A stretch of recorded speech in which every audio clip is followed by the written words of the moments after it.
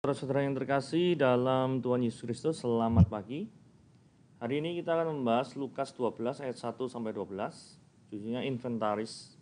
Kita baca artikelnya terlebih dahulu. Jumlah rambut di kepala sangat banyak, dan tidak ada seorang pun yang tahu dengan pasti berapa jumlah rambut di kepalanya sendiri. Tetapi Yesus berkata, bahkan rambut kepalamu pun terhitung semuanya.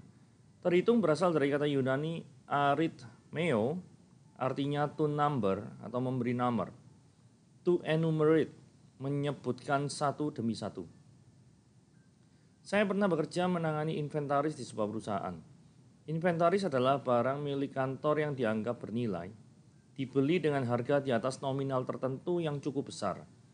Setiap inventaris diberi nomor dan diidentifikasikan satu persatu. Dicatat dalam daftar inventaris, dan secara berkala dilakukan stok opnam untuk memastikan keberadaannya. Betapa saya takjub sebegitu berharganya rambut kita di mata Allah, sampai Allah menginventarisasinya dengan memberi nomor dan mengidentifikasikan satu persatu rambut kepala kita. Sebagai pribadi kita sangat berharga di mata Allah. Dengan menyadari sebegitu berharganya kita di mata Allah, seharusnya kita juga menghargai diri kita sendiri. Menghargai diri secara fisik dan dengan menjaga kesehatan. Secara rohani dengan hidup benar, sesuai dengan kehendak Tuhan, dan jangan menodai diri dengan berbuat dosa.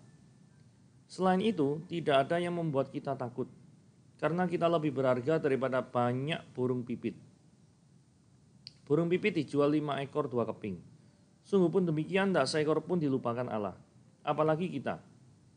Firman Tuhan menyatakan, oleh karena engkau berharga di mataku dan mulia, dan aku ini mengasihi engkau, janganlah takut. Aku akan menyertai engkau melalui air, sungai-sungai, bahkan api.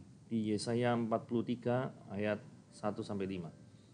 Sebegitu berharganya kita di mata Allah, karena itu hargailah diri kita sendiri, dan jangan takut menghadapi apapun juga. Nah, firman Tuhannya, ini kita ambil dari 26 Oktober ya, dari Lukas 12 ayat 1 sampai yang ke-12. Nah, kita baca terlebih dahulu. Sementara itu beribu-ribu orang banyak telah berkerumun, sehingga mereka berdesak-desaan. Lalu Yesus mulai mengajar pertama-tama kepada murid-muridnya, katanya, waspadalah terhadap ragi, yaitu kemunafikan orang Farisi.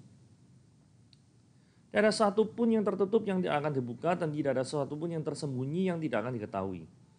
Karena itu apa yang kamu katakan dalam gelap akan kedengaran dalam terang. Dan apa yang kamu bisikkan ke telinga di dalam kamar akan diberitakan dari atas atap rumah. Aku berkata kepadamu, hai sahabat-sahabatku, janganlah kamu takut terhadap mereka yang dapat membunuh tubuh dan kemudian tidak dapat berbuat apa-apa lagi. Aku akan menunjukkan kepada kamu siapakah yang harus kamu takuti. Takutilah dia yang setelah membunuh tubuh mempunyai kuasa untuk melemparkan orang ke dalam neraka. Sesungguhnya aku berkata kepadamu, takutilah dia. Bukankah burung pipit dijual 5 ekor 2 duit? Sungguh pun demikian, tidak seorang pun daripadanya yang dilupakan Allah. Bahkan, rambut kepalamu pun terhitung semuanya. Karena itu jangan takut, karena kamu lebih berharga daripada banyak burung pipit. Aku berkata kepadamu, setiap orang yang mengakui aku di depan manusia, Anak manusia juga akan mengakui dia di depan malaikat-malaikat Allah. Tetapi barang siapa menyangkal aku di depan manusia, dia akan disangkal di depan malaikat-malaikat Allah. Setiap orang yang mengatakan sesuatu melawan anak manusia, dia akan diampuni. Tetapi barang siapa menghujat Roh Kudus, dia tidak akan diampuni. Apabila seorang menghadapkan kepadamu majelis-majelis atau kepada pemerintah-pemerintah dan penguasa-penguasa, janganlah kamu khawatir bagaimana dan apa yang harus kamu katakan untuk membela dirimu. Sebab pada saat itu juga Roh Kudus akan mengajar kamu apa yang harus kamu katakan. Nah, kita baca ayat per ayat, kita diskusi satu-satu. Ayat yang 1 dikatakan, sementara itu beribu-ribu orang banyak telah berkerumun, sehingga mereka berdesak-desakan. Lalu Yesus mulai mengajar pertama-tama kepada murid-muridnya, katanya, waspadalah terhadap ragi, yaitu kemunafikan orang Farisi. Hal yang kita soroti adalah banyak orang pengen ketemu Yesus. Disebut di sini beribu-ribu orang banyaknya telah berkerumun. Luar biasa ya. Tapi yang penting di sini adalah perhatikan dengan benar-benar motivasi yang terdalam. Kita pengen ketemu Yesus mau apa? Ada banyak orang-orang mengikut Yesus karena pengen jadi kaya. Ada orang banyak pengen mengikut Yesus karena pengen diberkati. Tetapi jarang ada orang pengen mengikut Yesus karena dia cinta kebenaran. Kebenaran itu adalah hal motivasi yang terutama ketika kita mengikut Yesus. Kita adalah orang yang seharusnya dimurkai oleh Allah. Kita adalah orang-orang yang tidak benar, tetapi oleh kasih karunia Allah yang luar biasa, Dia telah menurunkan anaknya yang tunggal, yaitu Yesus Kristus, mati untuk menebus daripada segala dosa kita, untuk menyelamatkan kita yang tidak layak untuk diselamatkan. Saudara, banyak orang ketemu Yesus untuk apa? Saudara, refleksikan terhadap diri sendiri. Banyak orang datang ke gereja karena pengen musiknya yang meriah. Tidak salah ketika gereja menghadirkan suatu ibadah yang meriah, suatu ibadah yang nyaman, tidak salah. Tetapi kalau itu yang menjadi dasar daripada orang-orang datang kepada Yesus, maka akan jadi problem. Karena suatu saat kalau misalkan ada ibadah gereja yang mungkin tidak sebagus apa yang dia pernah alami sebelumnya, maka dia akan menjadi malas untuk beribadah. Atau posisi sekarang di tengah pandemi daripada corona ini, ada banyak orang tidak bisa beribadah secara offsite, secara onsite gitu ya.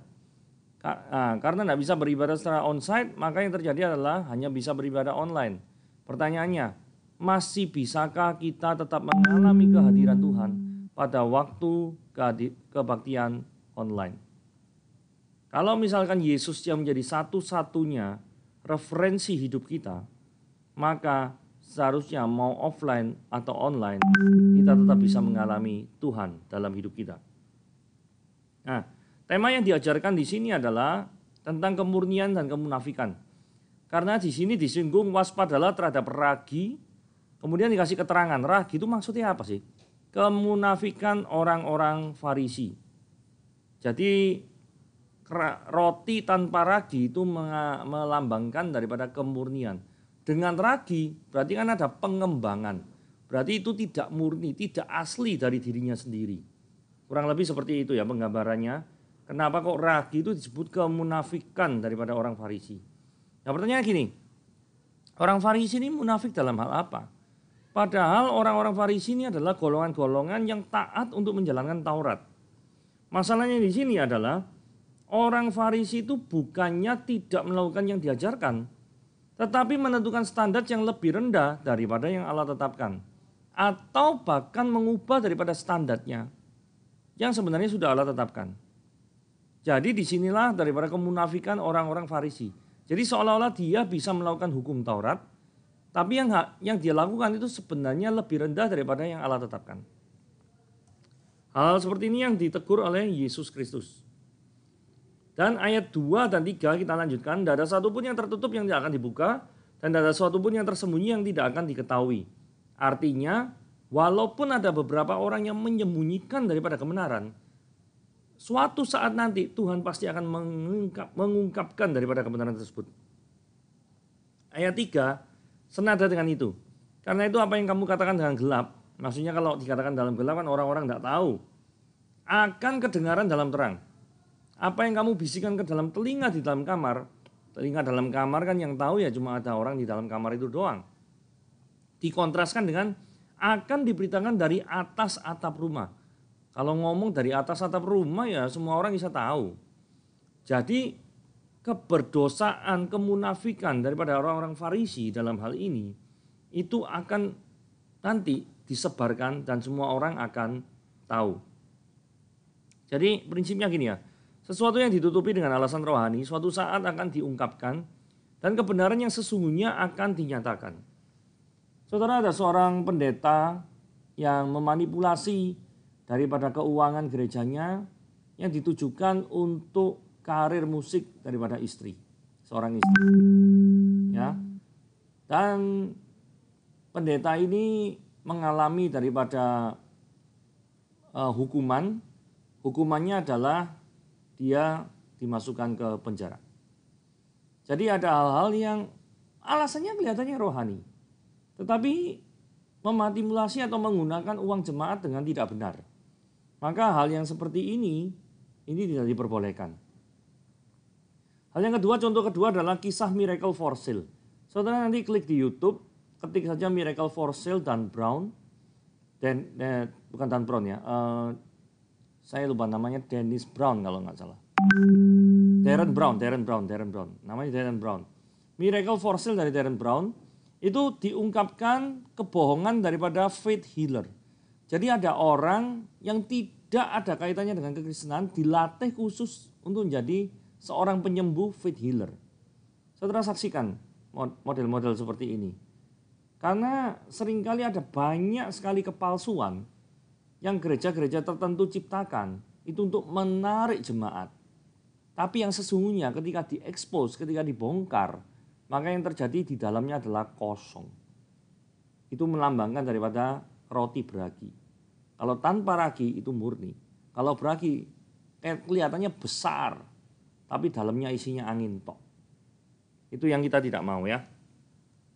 Ayat 45. Aku berkata kepadamu, hai sahabat-sahabatku, janganlah kamu takut terhadap mereka yang dapat bunuh tubuh dan kemudian tidak dapat berbuat apa-apa lagi. Artinya begini ya, kalau kita tetap berpegang pada kebenaran, terkadang dengan berpegang pada kebenaran, nyawa kita itu bisa terancam. Ayat 5, aku akan menunjukkan kepadamu siapakah yang harus kamu takuti. Artinya, kalau misalkan kita tetap memegang kebenaran dan nyawa kita diancam oleh orang yang tidak suka dengan kita, biasanya orang itu tidak suka dengan kebenaran pula, itu akan menjadi alasan bagi kita untuk takut. Betul nggak? Tapi firman Tuhan di ayat 5 ini dikatakan, takutlah dia yang setelah membunuh, mempunyai kuasa untuk melemparkan orang ke dalam neraka. Orang lain mungkin punya kuasa untuk membunuh, tetapi tidak memiliki hak untuk melemparkan orang ke neraka. Nah, yang seperti ini berarti apa? Suatu hal yang bernilai kekal itu akan dihargai oleh Tuhan. Betul ya? Kebenaran memiliki nilai kekal. Sekalipun orang di dunia ini mati karenanya, eksistensi daripada orang itu tidak akan berakhir. Dan Tuhan tetap menghargai orang yang berpegang teguh terhadap kebenaran. Sekalipun oleh karena berpegang teguh pada kebenaran, nyawa daripada orang itu melayang. Buktinya rasul-rasul di abad yang pertama banyak nyawa mereka yang melayang, entah dijadikan obor hidup pada waktu zamannya Nero, atau dijadikan teman dalam tanda kutip bermain sama singa-singa di Kolosium. Sedangkan ada beberapa tertentu yang memang dianiaya. Ada banyak hal-hal orang Kristen yang meninggal. Memang karena mereka mempertahankan kebenaran. Terus kemudian berikutnya, sudah seharusnya kita lebih takut jika kebenaran tidak kita beritakan, karena kita akan berhadapan dengan sang empunya kebenaran. Saudara, kalimat terakhir ini harus diulangi lagi ya.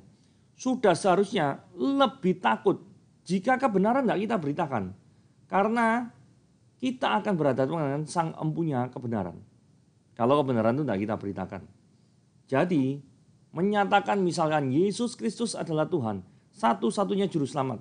Beranikah saudara mengatakan itu di depan orang-orang yang tidak percaya kepada Kristus? Saudara, kita harus tetap berpegang teguh pada iman kita. Tentunya dengan cara dan kata-kata yang baik dan bijak. Tidak menyinggung perasaan orang lain. Tetapi menyatakan bahwa Yesus adalah satu-satunya juru selamat, sudah harus kita nyatakan kepada orang yang belum percaya kepada Kristus. Nah, ini dikatakan ayat 6 sampai 7. Bukankah burung pipit dijual 5 ekor duit? 2 duit. Sungguh pun demikian tidak seekor pun daripadanya yang dilupakan Tuhan. Maksudnya gini, tadi kan dikatakan kamu harus takut pada Tuhan. Kamu harus hormat, mencanangkan daripada seluruh hidupmu, mengarahkan daripada seluruh hidupmu kepada Tuhan. Pertanyaan ini, Tuhan itu seberapa peduli sama kita. Nah, ini ada hitung-hitungan. Sebenarnya 5 ekor 2 duit itu gambarnya seperti apa sih? Gambarnya seperti ini ya. 1 duit itu 1/16 dinar. Upah 1 hari kerja itu dulu sama dengan 1 dinar. Katakanlah gaji 4.500.000 lah ya, bagi 25, katakanlah per hari Rp180.000 per 7 jam. Orang kerja kan 7 jam. Jadi 1 duit 1/16 dinar, kalau 1 dinar Rp180.000, artinya 1 duit itu cuma senilai dengan Rp11.250. 2 duit itu nilainya Rp22.500. Dapat 5 ekor burung pipit. Berarti biaya per ekornya itu adalah 4.500. 22.500 dibagi 5 ya. 4.500 per ekor. Itu ekivalen dengan 10,5 menit waktu kerja. Jadi Anda kerja 10 menit sudah dapat 1 ekor burung. Gitu ya kira-kira ya. Jadi kalau ini dapat 5 ya 50 menit lah ya katakanlah. Kasar-kasarannya ya. Kerja di bawah daripada 1 jam sudah dapat 5 ekor burung pipit. Begitu saking murahnya. Tetapi firman Tuhan bilang, burung pipit yang sedemikian murah saja, Tuhan tidak melupakannya. Dikatakan di ayat 6b, demikian tidak seekor pun daripadanya yang dilupakan Allah. 7, ilustrasi yang kedua. Bahkan rambut kepalamu pun terhitung semuanya. Karena itu janganlah takut, karena kamu lebih berharga daripada banyak burung pipit. Saudara, kalau burung pipit yang murah saja Tuhan hargai. Tuhan tidak tinggal diam. Apalagi kita yang sebagai gambar dan rupa Allah. Yang tidak ada satu makhluk pun yang diciptakan segambar dan serupa dengan Allah. Bukankah itu adalah suatu yang privilege bagi kita? Kalau yang tidak berharga dan murah sekali Tuhan hargai, Tuhan perhatikan, apalagi kita yang adalah biji matanya juga pasti Tuhan perhatikan. Kaitannya apa? Pasal ayat 6 dan 7 ini dengan konteks ayat-ayat yang kita baca tadi. Kaitannya adalah kalau kita tuh memberitakan kebenaran, ada ketakutan tersendiri. Ingatlah, Tuhan itu menyertai kita. Engkau lebih berharga daripada burung pipit. Sehingga sudah seharusnya engkau tidak merasa bahwa engkau tidak diperhatikan. Hanya karena nyawamu terancam ketika memberitahukan kebenaran. Ayat 8. Aku berkata kepadamu, setiap orang yang mengakui aku di depan manusia, anak manusia juga mengakui dia di depan malaikat-malaikatnya. Nah, mengakui Yesus di depan manusia adalah sebagai Tuhan. Gitu ya. Karena seringkali orang tidak mau mengakui Yesus sebagai Tuhan, tapi ya cuma sebagai miracle worker, atau hanya sebagai guru, atau sebagai nabi saja. 9. Tetapi barang siapa menyangkal aku di depan manusia, dia akan disangkal di depan malaikat Allah. Jadi poinnya di sini adalah keberanian bersaksi harus dimiliki oleh orang Kristen di tengah bahaya maut yang mengancam. Berani untuk menyatakan Yesus sebagai satu-satunya Tuhan dan Juru Selamat. Itu penting sekali bagi zaman ini. Terutama bagi zaman di mana Injil-Injil jarang diberitakan. Karena orang kadang-kadang masuk ke gereja, orang mendengarkan firman, itu pengen self-help. Firman yang bersifat self-help. Bukan firman yang bersifat Injil. Jadi ada 2 hal yang berbeda. Terus yang ketiga adalah berani memberitakan Injil pada setiap manusia. Jadi kepada siapapun yang kita temui, entah itu di jalan, di kendaraan, atau dimanapun, ada kesempatan, minta pertolongan Tuhan, beritakan Injil. Jangan-jangan memang saat itulah Anda dipakai oleh Tuhan untuk menjadi duta besarnya Kristus, untuk memberitakan Injil bagi orang-orang yang belum percaya. Ayat 10. Setiap orang yang mengatakan sesuatu melawan anak manusia, dia akan diampuni, tapi barang siapa menghujat Roh Kudus, dia tidak akan diampuni. Nah, ini jadi pertanyaannya, mengapa menghujat Roh Kudus itu tidak dapat diampuni? Karena gini ya, jikalau orang tuh melawan anak manusia, berarti paling tidak orang tuh masih ada kesempatan untuk diterangi hatinya oleh Roh Kudus. Mungkin tidak saat itu, tapi mungkin nanti, entah 5 tahun lagi, 10 tahun lagi, kita tidak tahu. Tetapi barang siapa yang menghujat Roh Kudus, itu menolak dengan jelas pimpinan Roh Kudus. Tugas Roh Kudus di dalam diri manusia. Tugas Roh Kudus dalam diri manusia itu apa sih? Ini ya, ayat 8, 9, 10 dari Yohanes 16. Kalau Roh Kudus itu datang, Roh Kudus akan menginsyafkan dunia akan dosa, akan kebenaran dan penghakiman. Akan dosa karena mereka tetap tidak percaya kepadanya, akan kebenaran karena aku pergi pada Bapa dan kamu tidak melihat aku lagi, akan penghakiman karena penguasa dunia ini telah dihukum. Artinya, kalau misalkan orang itu tidak ingin, tidak bisa diinsafkan akan keberdosaannya di dunia ini, maka orang itu tidak akan merasa butuh juru selamat. Ketika orang itu tidak butuh juru selamat, orang itu juga tidak butuh Yesus Kristus. Kalau tidak butuh Yesus Kristus, orang ini tidak akan mengalami karya penebusan Kristus di kayu salib yang mampu menyelamatkan dia dari api neraka. Jadi itulah sebabnya kenapa kok dosa menghujat Roh Kudus yang sama dengan menolak peran serta Roh Kudus dalam diri kita, maka yang terjadi adalah orang itu akan binasa. Sehingga tidak dapat diampuni. Dua ayat terakhir, apabila orang menghadapkan kamu pada majelis-majelis atau kepada pemerintah-pemerintah dan penguasa-penguasa, janganlah kamu khawatir bagaimana dan apa yang harus kamu katakan untuk membela dirimu. Artinya gini ya, ketika kita membela kebenaran, mengatakan sesuatu yang benar, ada waktunya atau ada kemungkinan bagi kita untuk dibawa ke pengadilan. Bukti ini dibawa ke majelis-majelis sama pemerintahan-pemerintahan ini. Berarti kan kita disuruh mempertanggungjawabkan apa yang kita percayai. Nah, pada waktu kita berhadapan dengan mungkin instansi-instansi pemerintah atau pihak-pihak yang berwajib, kita agak ketakutan gitu ya. Tetapi firman Tuhan menghibur gini, ayat 12. Sebab pada saat itu juga Roh Kudus akan mengajar kamu apa yang harus kamu katakan. Berarti ada penyertaan Roh Tuhan pada waktu kegentaran meliputi daripada hati kita untuk mempertanggungjawabkan iman kita di hadapan orang-orang atau instansi pemerintah yang meminta pertanggungjawabannya kepada kita. Jadi konsekuensi dari memberitakan Injil bisa berakibat pada penderitaan. Buktinya Paulus masuk penjara gara-gara Injil. Tapi penyertaan yang Tuhan berikan kepada kita selalu tidak pernah terlambat. Karena ayat 12 dikatakan, pada waktu itu juga Roh Kudus ngajar kamu apa yang harus kamu katakan. Arti daripada ayat 12 adalah pertolongan Tuhan tidak pernah terlambat untuk menyertai kehidupan kita. Oke, sekian renungan kita pada hari ini. Tuhan Yesus memberkati.